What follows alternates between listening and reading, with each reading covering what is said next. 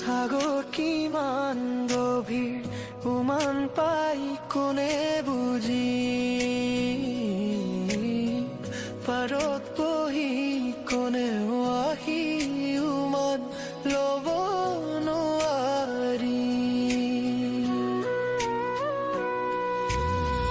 বেদনা কিমান গধুৰ কোনে সুধিব আহি কাৰোবাৰ মৰম পালে নাচায়